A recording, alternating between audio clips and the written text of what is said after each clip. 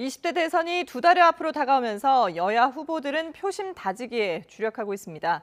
최근 두 양강 후보의 초접전 양상 속에 국민의당 안철수 후보의 지지율이 올라가자 후보 간 단일화가 대선 최대 변수로 떠오를 가능성도 커지고 있습니다. 대선 전국 김형주 더불어민주당 선대위 공보특보 그리고 신성범 전 새누리당 의원 두 분과 함께 분석해 보겠습니다. 두 분 안녕하십니까? 안녕하세요. 안녕하세요. 네. 먼저 두 분 새해 복 많이 받으십시오. 새해 복 많이 올해도 받으시고. 좋은 운평 네, 부탁드리겠습니다. 자, 2022년 새해 첫날 여야 후보들 역시 유권자들에게 새해 인사를 전하면서 바쁜 행보를 이어갔습니다. 먼저 들어보고 오겠습니다. 특히 이제 코로나도 이제 좀 끝났으면 좋겠고 올해 그리고 특히 작년에 정말로 어려운 한 해였는데 올해는 희망도 많고 정말 행복한 그런 한 해가 되면 좋겠습니다. 떠오르는 해처럼 희망이 솟아오르시기를 바라고요. 그리고 또 너무 힘들고 그런 상황일지라도 누군가 나를 위해 기도하고 있다는 사실 잊지 마세요. 새해 복 많이 받으세요. 물류가 이동하는 이 항구에 와 보면은 또 정말 많은 분들이 정말 피땀 흘려서 일하시는 것을 알 수가 있거든요. 국민들께 더욱 희망을 가지고 사실 수 있도록 해드리는 거, 그게 제 소망입니다. 네, 두 후보 모두 산업 현장을 찾았습니다. 새해 첫날 첫 일정, 상당히 고민을 많이 해서 정했을 텐데 부산항을 이재명 후보가 고른 특별한 이유가 있을까요? 글쎄 이제 부산은 이제 수출 전초 기지고 아무래도 우리가 이제 수출 주도의 산업 국가에서 좀 어떤 말하자면 후기 근대 사회로 변화하고는 있습니다만은 예. 우리나라의 산업화의 어떤 핵심 뜨거운 심장 같은 곳이고요. 여전히 우리나라는 그 해양의 세력과 대륙의 세력이 접점에 있기 때문에 네. 해양 경제라고 하는 그런 것을 무시할 수가 없다. 특히 북극 항로가 열리게 되면 훨씬 부산항의 중요도는 늘어날 것이고 네네. 물류라든지 그런 부분에 있어서도 다시 한번 새로운 어떤 대한민국의 심장을 뜨겁게 해서 수출을 또 강화시키고 해서 아무래도 성장의 드라이브를 걸어야 되겠다는 의지가 있는 것 같고요. 예.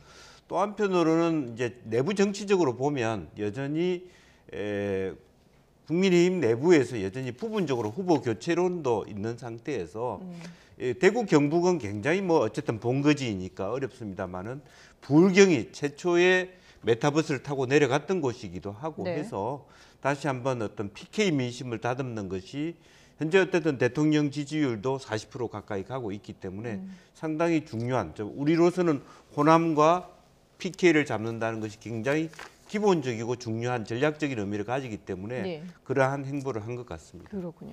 그런가 하면은 지금 윤석열 후보 같은 경우에는 앞에도 보셨습니다만은 작업복을 입고 안전모까지 착용을 하고 산업 현장에서 이렇게 메시지를 남겼는데 좀 주의해서 중점적으로 들여다봐야 될 부분이 어떤 걸까요? 그러니까 오늘 새벽 0시 그러니까 2022년 1월 1일 땡 하자마자 네. 도착한 데가 인천 신항이에요. 저 네네. 윤석열 후보 간 데가. 저기 예. 보면 선광 신컨테이너 터미널, 그러니까 터미널 컨테이너 하역 현장인데 가서 보면 우리가 경제의 대의존도 우리가 심하니까 거기서 이제 여러분들의 노력이 바로 한국 경제 원동력이라는 말을 했고 예. 제 눈에 띈 것은 오히려 저 인천 현장보다는 그 다음에 국립현충원을 갔는데 거기서 보면은 이제 방역내가 뭐라고 썼냐면은 예. 상식의 회복으로 국민 희망의 미래를 열겠다는 그 대목이 아마 좀 윤석열 후보다운 그런 말이었던 것 같고 예. 또 이어서 당에 선대위 신년 인사에 참석을 했는데 여기서는 제가 보니까 조금은 자기 소리를 했어요. 그러니까 예를 들어서 살아있는 권력과 맞선 그 강단으로 법치와 공정을 회복하겠다. 그래서 예. 나라다운 나라를 만들어달라는 국민의 뜻을 다시 새겨서 정권교체를 꼭 해내겠다. 뭐 이런 예. 거죠. 심지어는 정권교체 실패하면 역사에 씻을 수 없는 죄를 짓게 되는 자기 나름대로 자기에게 다짐을 하는 그런 느낌을 받았고 네. 좀 더 중요한 건 제가 볼 때는 앞으로는 윤석열 정부가 되면은 내 삶이 국민의 삶이 어떻게 달라지는지를 보여주겠다는 나름의 각오를 밝힌 대목이 저로서는 좀 더 의미 있게 다가왔습니다. 예. 여러 현장에서 이제 본인의 각오를 메시지가 다졌다, 많았죠. 예, 예. 메시지를 남겼다라고 말씀해 주셨는데 지금 이제 선대위 말씀을 하셨는데 사실 이 국민의힘 같은 경우에는 선대위 쇄신을 둘러싸고 내홍이 계속해서 이어지고 있습니다. 해를 넘기면서 장기화되는 모습인데 어제 오찬 회동 뒤에 김종인 총괄 선대위원장과 이준석 대표의 발언을 차례로 듣고 얘기 이어가겠습니다. 이준석 대표는 당 대표로서의 이 선거에 대한 역할을 다 할 거예요. 그런 것에 대해서는 너무 염려 안 하셔도 돼요. 이준석 대표는 당 대표니까 당 대표로서 이 대선을 갖다가 승리로 이끌어야 할 책무가 있잖아요. 그 역할을 다 할 거예요. 특기할 만한 입장 변화는 없고 뭐 제가 봤을 때는 김종인 위원장과 뭐 상황 공유 정도 하고 그 정도였습니다. 저는 뭐 제가 굉장히 그 사퇴 이후로부터 일관되게 이야기하고 있기 때문에 저는 뭐 선대위의 변화를 포함해서 이길 수 있는 방향으로 가는 어떤 변화가 필요하다는 얘기를 하고 있는 거고요. 그게 제 복귀나 이런 것은 전제 조건도 아닐 뿐더러 조건부로 하고 싶은 생각도 없습니다. 만나실 생각은 없습니다. 예.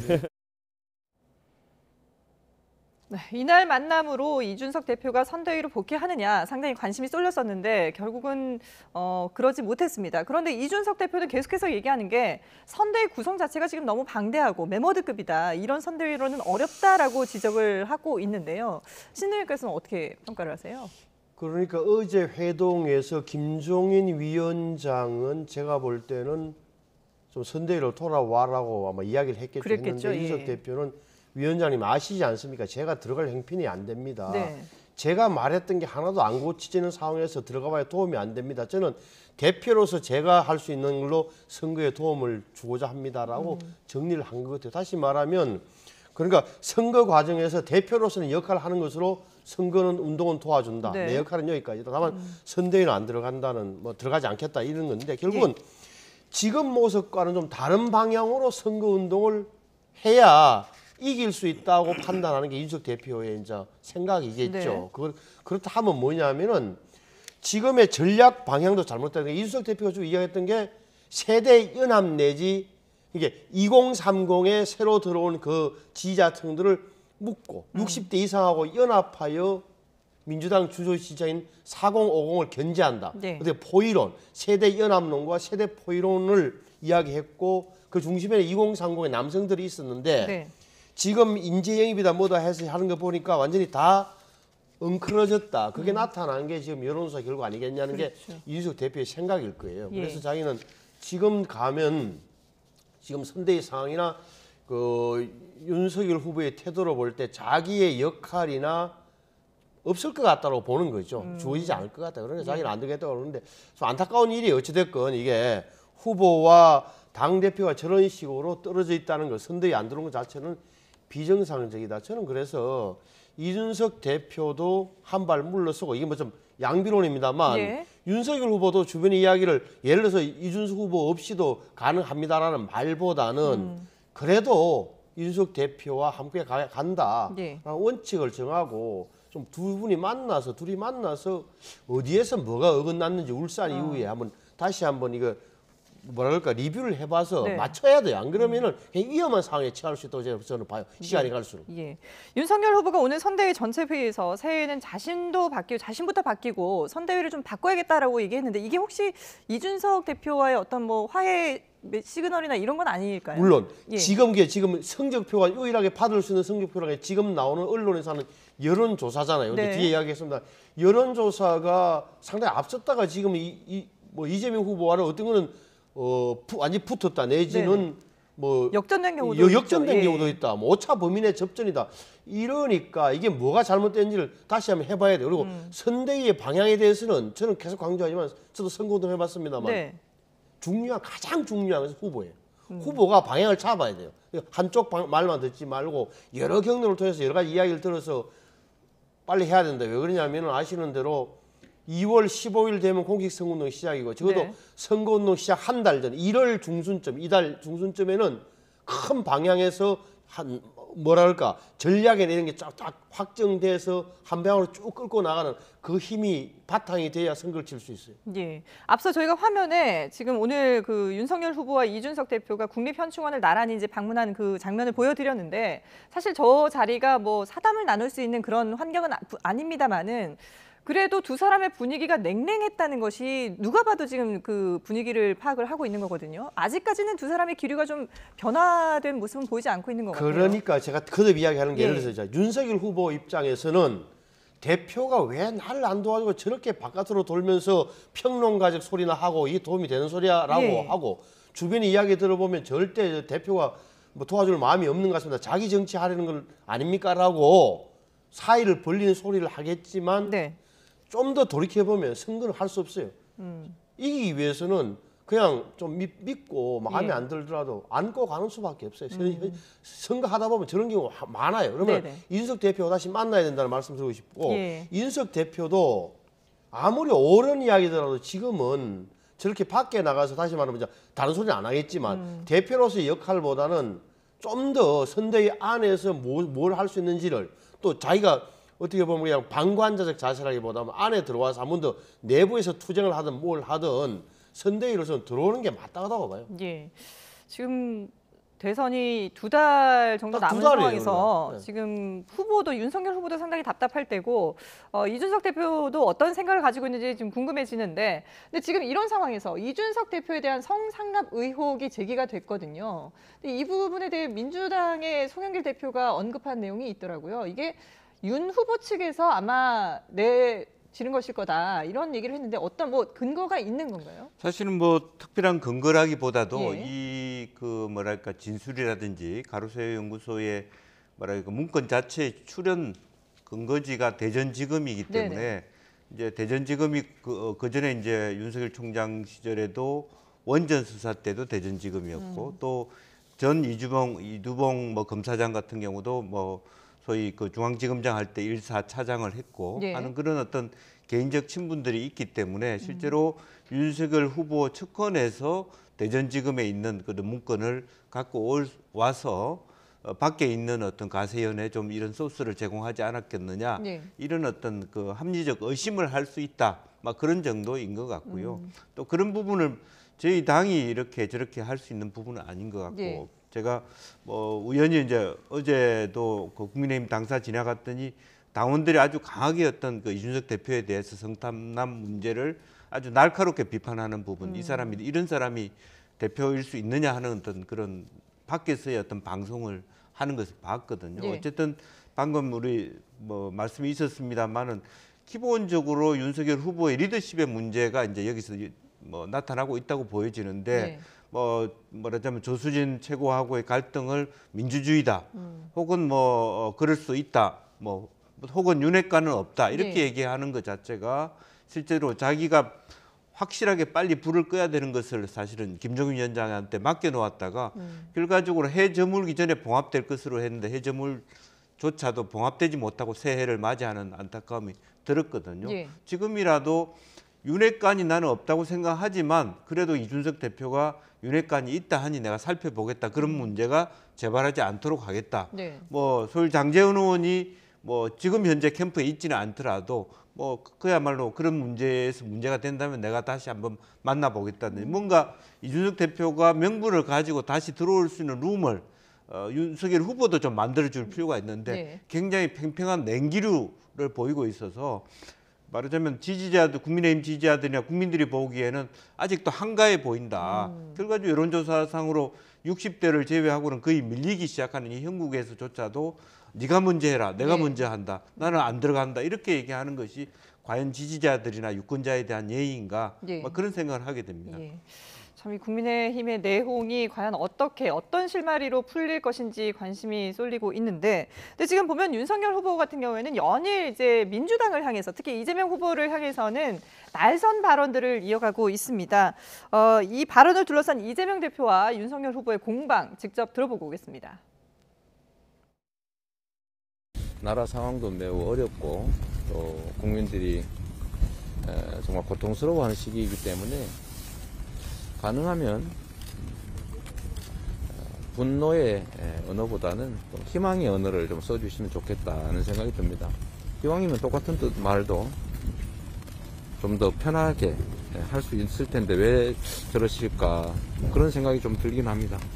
뭐 제가 희망의 얘기도 많이 했고 또 저는 뭐 강한 워딩이라고 생각을 안 하고 필요한 선대위 출범식에서 또 제가 필요한 말이라고 판단해서 한 것이고, 제가 뭐 그동안 그렇게 자주 민주당이 저를 공격하는 것에 비해서 제가 뭐 그렇게 자주 그런 걸 했습니까? 뭐 하여튼 계속 지켜보십시오. 희망의 그 말씀도 많이 드리겠습니다. 예.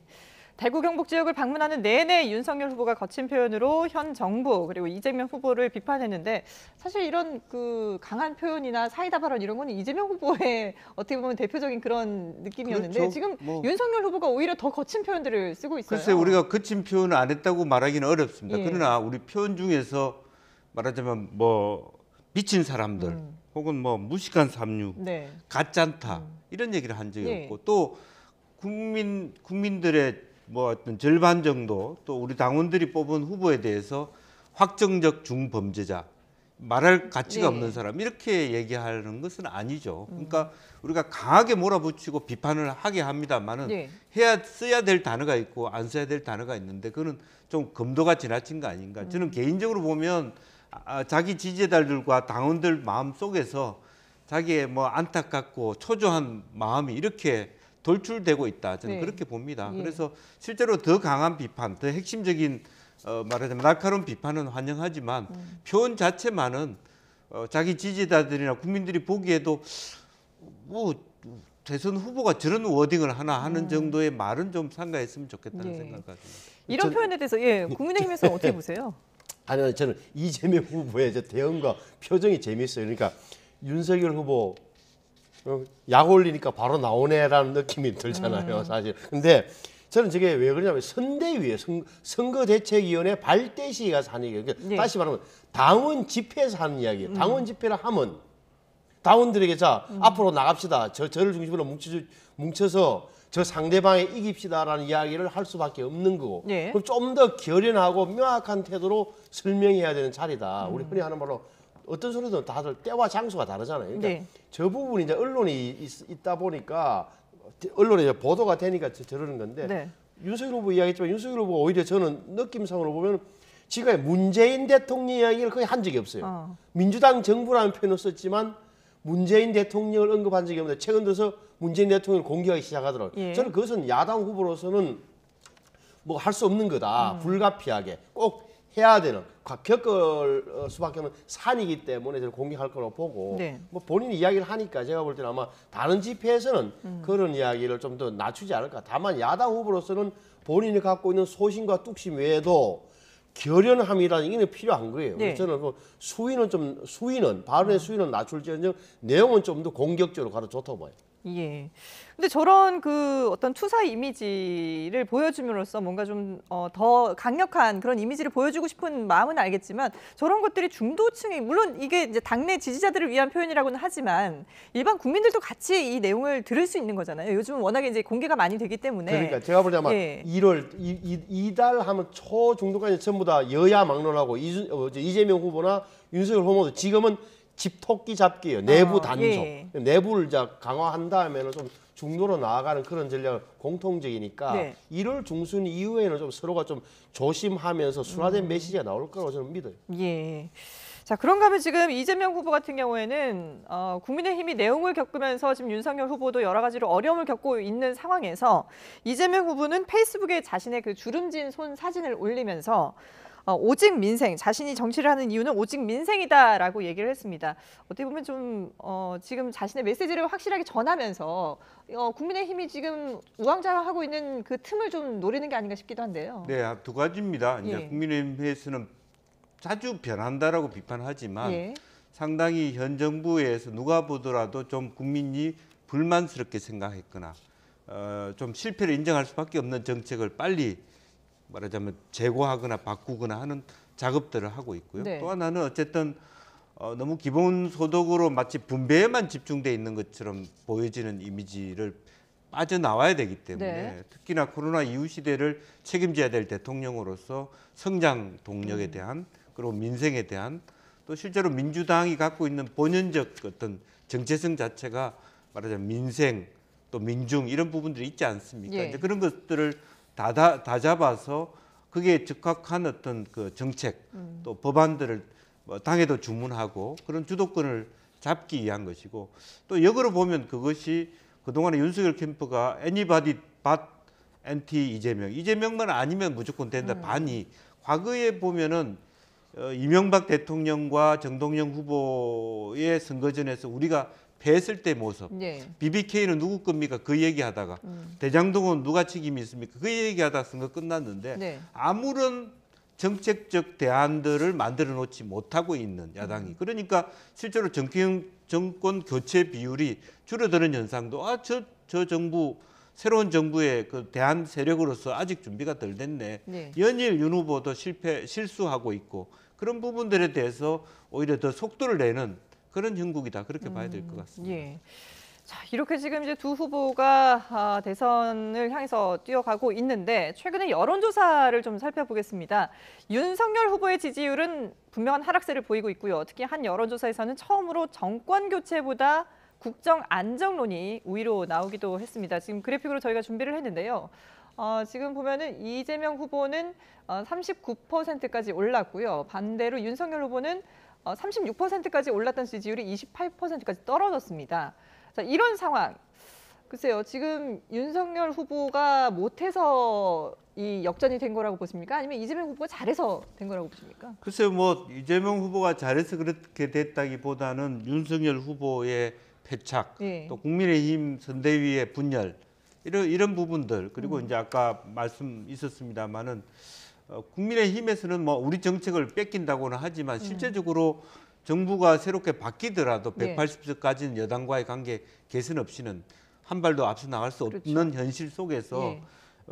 저희들이 대응을 빨리 잘하고 있다. 오히려 선대위 구성을 처음에 우리가 메머드급으로 답답한 것을 이재명 후보가 들어오면서 확 이렇게 그립감을 세게 하면서 질서정연하게 만든 데 비해서 아직도 여전히 메머드냐 개설머냐 이렇게 논쟁하고 있는 말해 국민의힘 선대위에 네. 대한 어떤 그 부정적 인식들이 이런 차이를 냈고요. 이 조사 말고 사실은 갤럽 조사도 있었죠. 예. 거기는 6% 정도 차이, 이거보다는 적습니다만 갤럽 조사의 6%도 의미가 있는 그것은 직접적인 전화 면접을 하기 때문에 네. 그런 의미에서 정권 교체 비중이 높아 있는 분위기 속에서 6% 이상의 차이. 지금 예.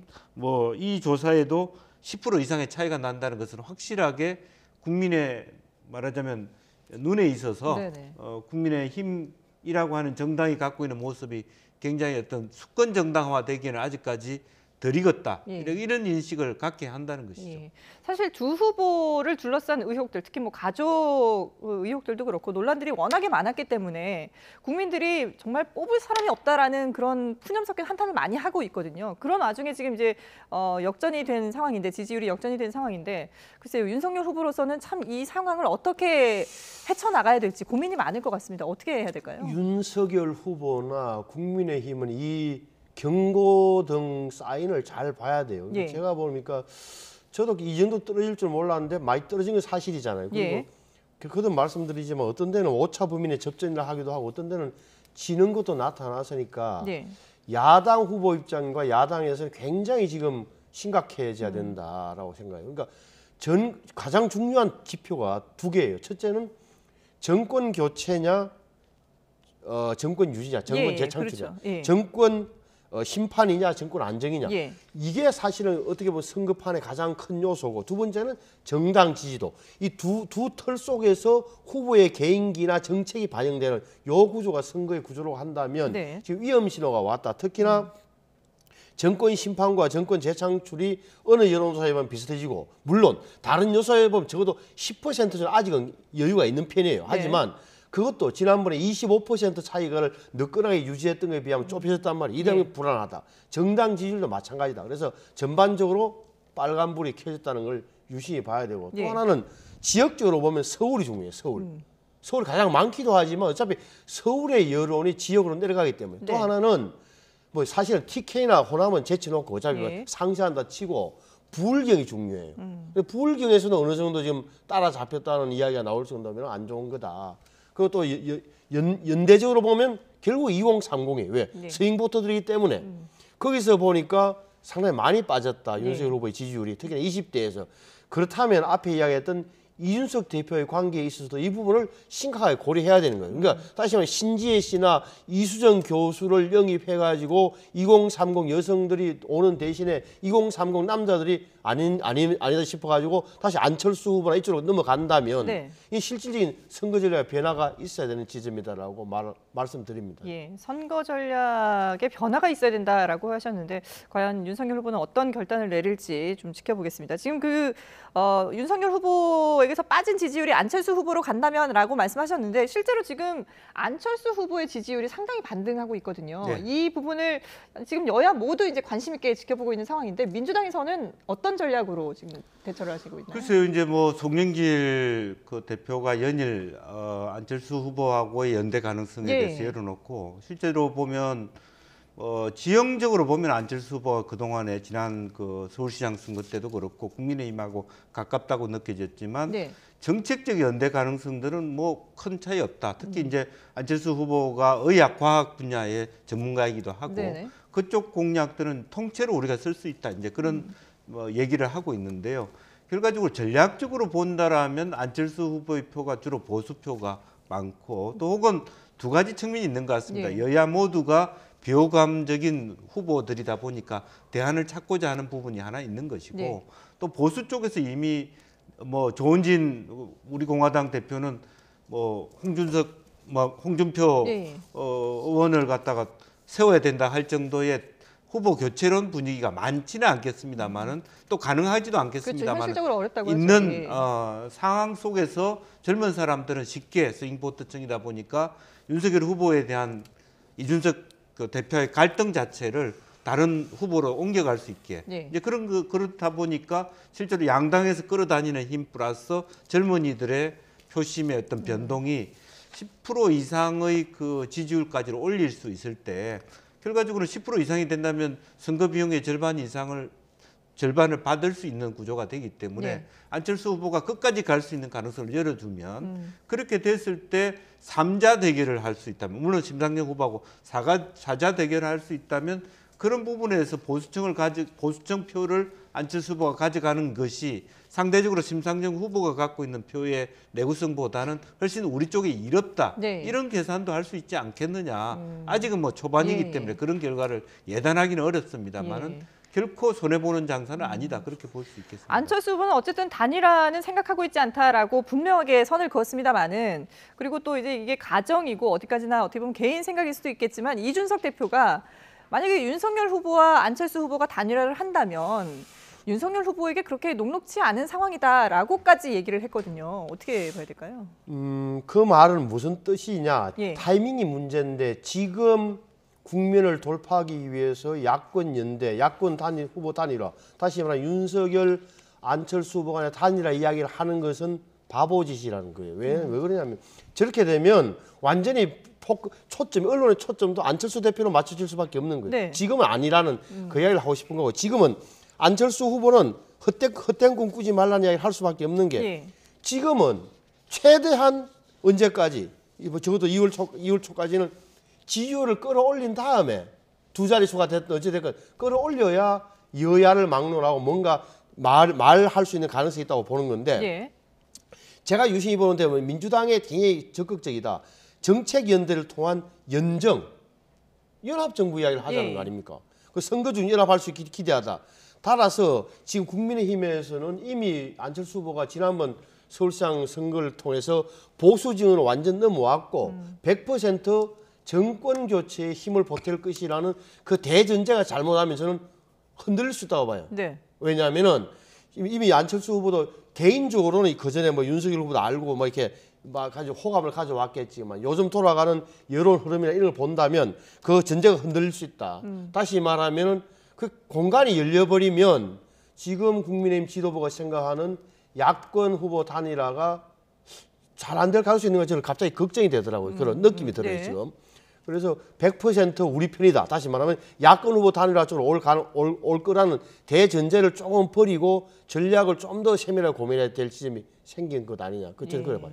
시간이 없어서 제가 두 분께 짧게 단답으로 이제 질문을 드리겠는데, 그러면 물론 아직 이제 대선이 2달 남아 있기 때문에 그 안에도 많은 변수들이 있고 뭐 상황이 바뀔 수 있습니다만은 단일화 가능성은 있다고 어느 정도 있다고 보십니까? 글쎄요, 저희들은 뭐 심상정 후보도 같이 고민해야 될 부분이고, 그래서 뭐 그런 가능성들이야 계속 열어놓고 봐야 되지 않겠나 그렇게 네. 생각이 듭니다. 신 의원님 어떻게 보세요? 저도 결국은 안철수 후보의 생각이 다음 대통령 선거에서 출마해서 대통령이 되는 것이라고 가정한다면 이번 선거에서 그렇게 무리해서 모든 어떤 대부분의 국민들이나 그런 분들의 척을 지거나 정치적으로 완전히 비난받을 선택은 하지 않을 거라고 봐요. 예, 오히려 안철수 후보는 이번이 아니라 다음을 더 노릴 수 있다라는 말씀이시군요. 예, 알겠습니다. 네, 지금까지 대선 전국 김형주 더불어민주당 선대위 공보특보 그리고 신성범 전 새누리당 의원 두 분과 함께 분석해봤습니다. 잘 들었습니다.